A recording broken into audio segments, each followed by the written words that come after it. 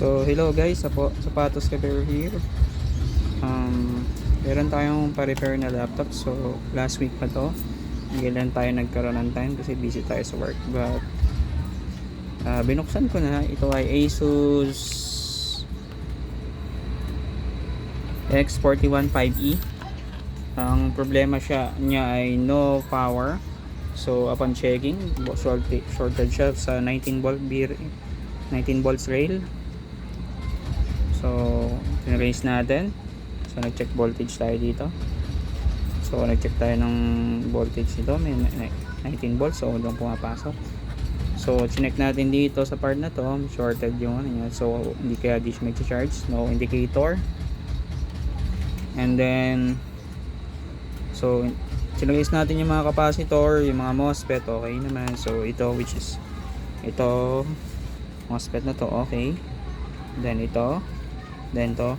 So shorted tong upon checking, so shorted to ground siya. And then pero pag chinek nyo yung MOSFET, yung pin out, yung gate, hindi siya shorted, meaning good yung MOSFET natin, okay. So move tayo, trace nyo lang yung lahat ng may letter P.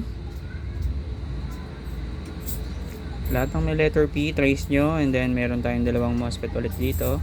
So check upon checking, hindi shorted to ground yung gate, but shorted yung capacitor. So chinek natin na maigi. Di na tayo gumamit ng microscope, but nakita natin visible merong sunog na capacitor dito. Here nagko-cause ng shorted. So tinanggal na natin siya. So upon removing, okay naman, di palitan yan kasi naka-gate lang yun, naka-parallel lang sa supply. So upon removing natin, nawala yung short. So hindi tayo naghinang, so tinanggal lang natin. So ayan, capacitor na tang sira, no power. And then let's check. Kabit muna natin yung board. So ayan, nakabit na natin yung board sa ano. Then kinabit natin yung battery. Check natin, plug natin power. So na-check na natin yung charger. Make sure na pag nag-check kayo ng laptop, bago nyo buksan, make sure na merong power o merong supply yung iyong charger. So bago tayo, para less hassle. Malay nyo, ang charger pala may problema, but yeah, working naman yung charger. So plug in. So it's a good sign na po. Ito nyo, nag-charge na siya. Kanina ayaw niya mag-charge, no power talaga whatsoever. So ayan, minute na yung processor natin. So nag-boot siya into BIOS dahil nag-reset siya. I think may display na siya ngayon. So boom, working na siya. So ito lang ang problema guys.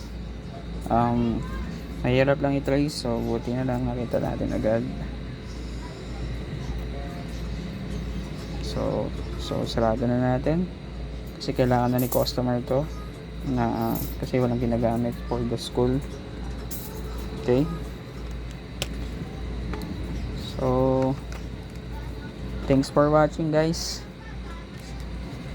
So I think yung usual naman sa mga ganitong model yung ganung problema. So if possible na ma-encounter nyo ganitong model, Asus siya. Asus X41 5E, no power. So possible niyan either sira yung MOSFET nyo or may shorted na capacitor. Kasi nung upon open ko, madumi siya, sobrang dumi. So nag-cause ng overheating siguro, kaya nasira, nag-short yung ating capacitor.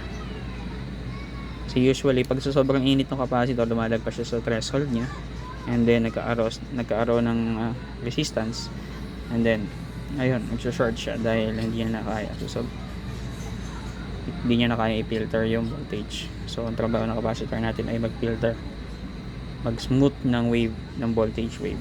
Okay, so okay na siya guys. So see you around.